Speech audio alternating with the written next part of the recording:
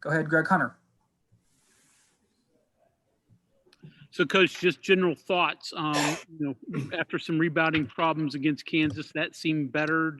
More pleased with this effort tonight? I think we got a long way to go, Greg. We just we're not consistent enough. We get up to 13 or 14, and then all of a sudden it's 6 again because we didn't get a rebound. They got a second shot, or we fumbled a ball, or we just got to be more consistent. Ryan Pritt, go ahead. Hey, Coach, obviously one of the big goals heading in here, he talked about it all week, was getting some of these younger guys some time. That seemed like you got some of that done late. Did you get as many minutes for them as you wanted, and what were your thoughts about them when they were on the floor late?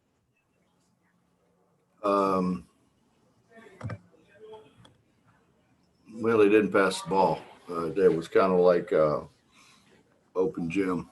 It was whoever got it shot it, which was not what we were looking for. We were looking for them to continue running offense and continue taking good shots. We got to pass the ball. We just don't pass the ball. We don't pass it well, and we don't pass it often enough.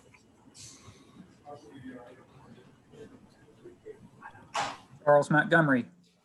Coach, going off the last question about getting the young guys time, is there, when you go into these final non-conference games, is there maybe some hope that if there's a fringe player out of a freshman class that you can get him time enough to where you're confident with him going into conference play, or do you kind of just go at it and see who does what to going into conference games?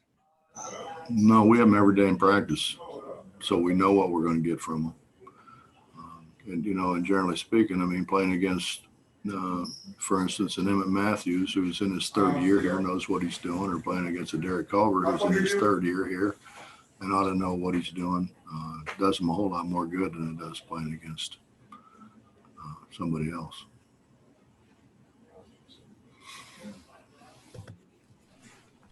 Skylar Callahan. Hey, Coach, I know you've talked a little bit about Kedrian before, and today was kind of the first time we've really seen him in a more expanded time. What did you think of him today, and how he can help this team moving forward? Well, he's a talented guy. He's our fastest guy. He's got really good lateral quickness. It's just a matter of, Deuce's had a pretty good career here to this point, and Jordan's had a pretty good career here to this point. And, he's competing with those two guys who obviously know what needs done a lot more than what Kedrian does at this point. But, with what's going on, this is basically a free year. So what would normally happen is he would have 1 year left. Well, but now he has 2 years left. So we're going to keep working with him, and he may at the end or towards when we start getting into conference play, and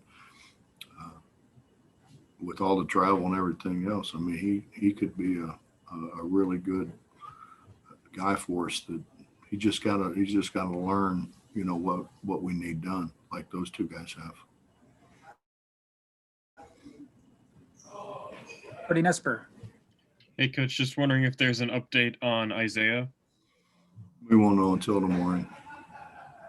We should know fairly early in the morning. Next is Kevin Kinder. Coach, following up on your newcomers and getting them in, outside of like stat numbers, points, rebounds, what are the things that you're looking from them? I know you mentioned passing. Anything specific for one or two guys, or a general overall thought? How about make a shot? I think that would help. We're 2 for 21 from 3, and we came into the year thinking that was the one area that we certainly fixed with Taz and with Sean and Emmett's shooting the ball better. Jordan has shot the ball really well, and then he goes 0 for 5 today, but he has shot the ball really well. We felt really comfortable with a bunch of guys being able to step out there and shoot. Obviously Isaiah, could step out there and shoot it, which really spreads the floor. JB was struggling, and he the last week or so, he shot the ball really well, and then we come out and go 2 for 21.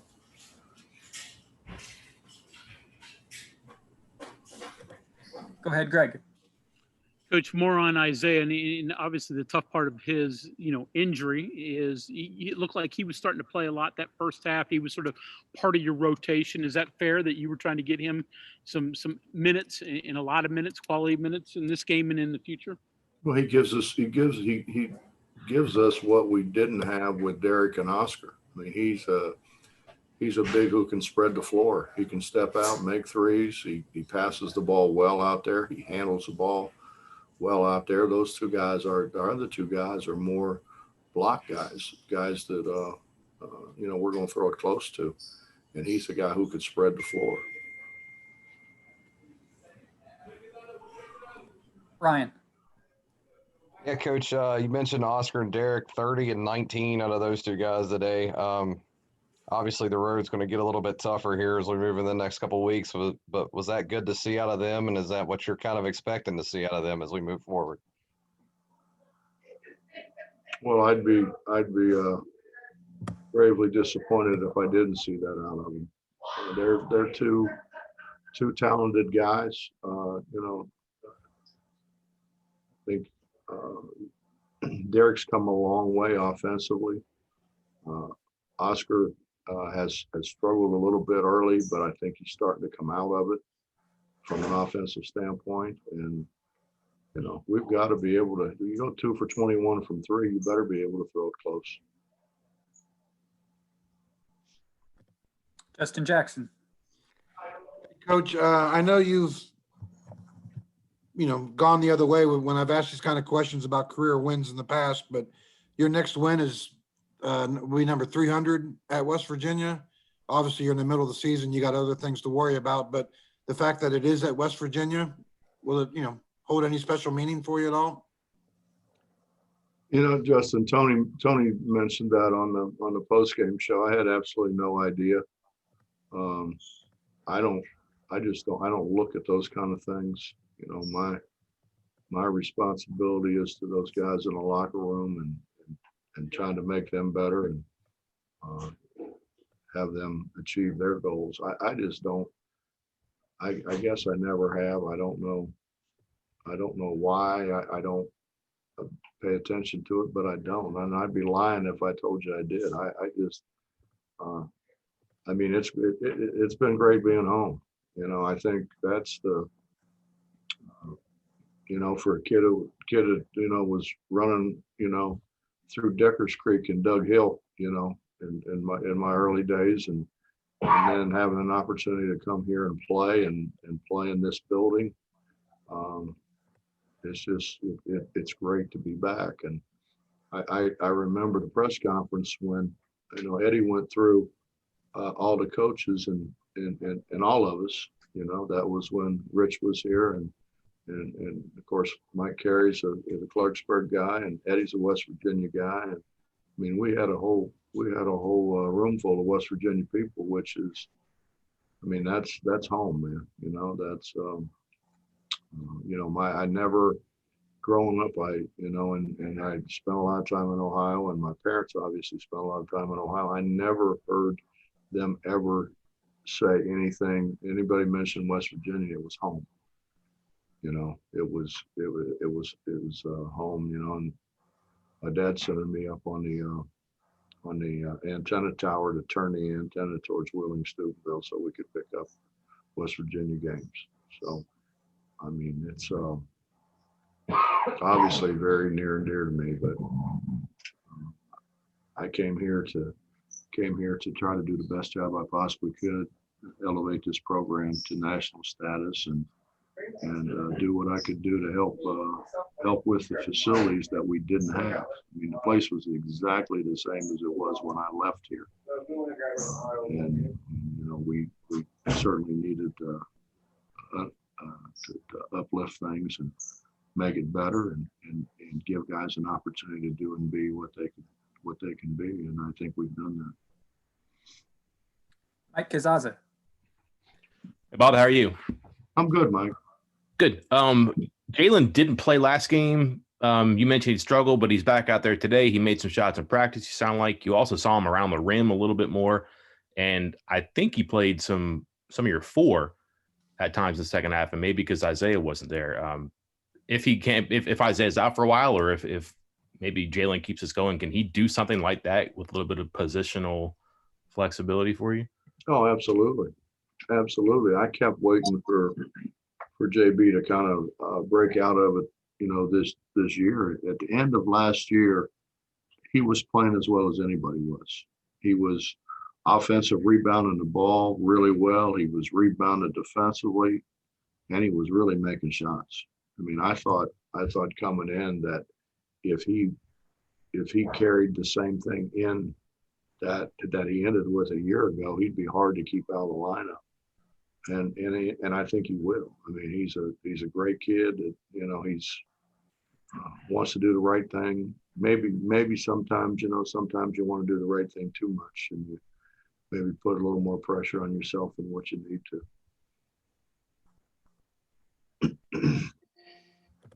And we'll finish up with Cody Nesper. Oscar told us that he's been thinking too much this year, and I was just wondering, as a coach, what can you do to help a guy that's thinking too much? As I told Oscar, I'm gonna continue to be on his behind until he does what he's supposed to do, or what we and he expect to do. And it's it's been the same way with Derek. And I think if you ask around, people are amazed at how far Derek's come. But Derek's come because he's put his mind to it, and he's worked at it, and he's worked at it on a daily basis. And Oscar had a rough summer. I mean, he was anything but the Oscar who was supposed to get 12, 15 rebounds a game. And I think he understands that now. I think he understands he spent too much time touring the state of West Virginia and not enough time, which is nothing wrong with, by the way. But you gotta put time in your craft. If you don't work at your craft, you're not gonna be very good at it. Coach, thank you very much. Appreciate it. My pleasure.